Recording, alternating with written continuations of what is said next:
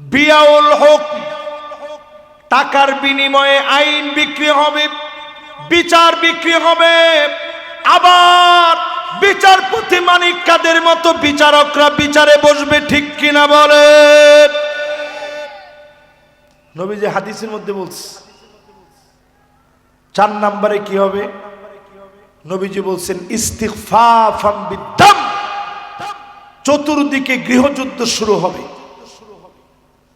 আমাদের পার্শ্ববর্তী দেশ বন্ধু রাষ্ট্র চাচ্ছে বাংলাদেশে কোনোভাবে একটা গৃহযুদ্ধ লেগে যাক। আমরা শোনায় দিব, আমাদেরকে নিয়ে আপনাদের চিন্তা করা দরকার নেই, নিজের চরকায় তেল দেন। বর্তমান ভূতত্ত্ববিদেরা বলছে যেই ভূমিকম্পের আশঙ্কা পৃথিবী করছে, ভারতে এমন ভূমিকম্প হতে পারে টেকটনিক প্লেট অলরেডি 2 দিকে এভাবে ভাগ হয়ে আছে।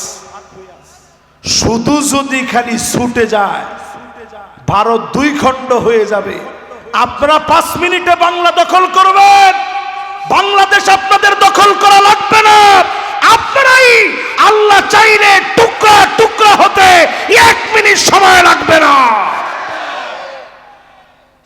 এজন্য সজাগ হন।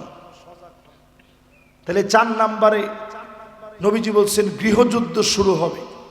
আল্লাহর কাছে পানাহ চাই, আল্লাহ যেন দেশটার এরকম মুসিবত না দেয়। পড়ে না আমিন।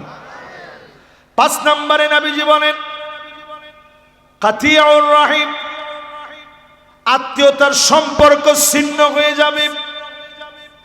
ভাই ভাইকে দলের কারণে মারবে। আজকে তাকায় দেখেন 16 বছর আমাদেরকে ঘুমাইতে দেয় নাই। কত ভাই ঘরের ভিতরে ঘুমাইতে পারে নাই, মাদ্রাসায় চাকরি করতে যেতে পারে নাই, স্কুলে যেতে পারে নাই, দোকান খুলতে পারে নাই। আজকেও যদি আপনি অনুরূপ করেন, আপনিও জুলুম করলেন, সবাইকে বলবো তাওবা করেন, আল্লাহর দিকে আসেন, জমিনে দিন কায়েমের সিদ্ধান্ত নিয়ে নেন, ঠিক কিনা বলেন?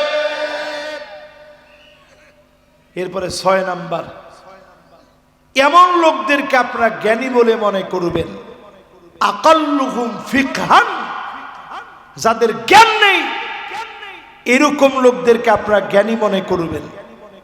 এরপরেই যিনি আযাব দিয়ে পাকড়াও করবেন তিনি কে?